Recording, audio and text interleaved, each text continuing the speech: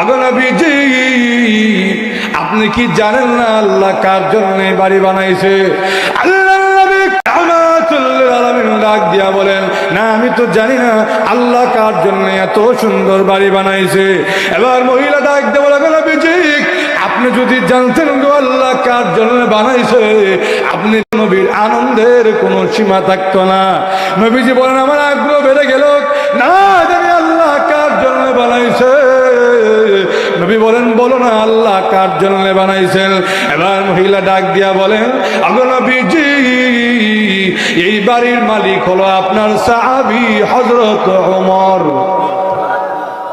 নবীজি বলেন, আমার আনন্দের কোনো সীমা রইল না, আমার আনন্দ আর খুশির কোনো সীমা রইল না। সন্তান যদি বড় বাড়ি বানায়, বাপের দেখলে কিন্তু আরাম লাগে।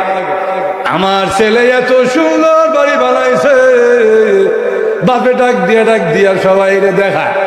আব্বা নিজে বানাইতে পারে নাই, কিন্তু সন্তান বানাইছে, এতে বাপের আনন্দের কোনো সীমা নাই।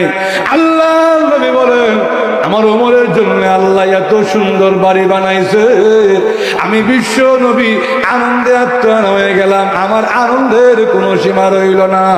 কিন্তু আমি হঠাৎ করে আমার মনে হয়েছে, বাহির এত সুন্দর হয়, না জানি ঘরের ভিতরটা কত বেশি সুন্দর, যাই একটু ভিতরটা দেখে আসি। কিন্তু হঠাৎ করে আমার মনে হয়েছে, আমার ওমর তো বড় গরম মানুষ, বড় গরম সাহাবী, আমি যদি তারে না জিজ্ঞেস করে তার বাড়ির ভিতরে ঢুকি, না জানি আমারে জিজ্ঞেস করে, আগে নবীজি আপনি আমারে না জিজ্ঞেস আমার বাড়িতে ঢুকলেন কেন? জোরে বলবেন না, গরম মানুষ কোন সময় কি করে এটা বুঝার তো কোনো সিস্টেম নাই।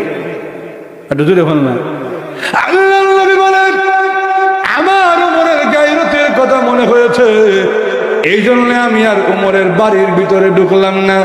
আমি ওমরের বাড়ির ভিতর ঢুকলাম না, আমি বাহির থেকে চলে এসেছি, কিন্তু ওমরের জান্নাতের বাড়িটা আমি দেখে এসেছি।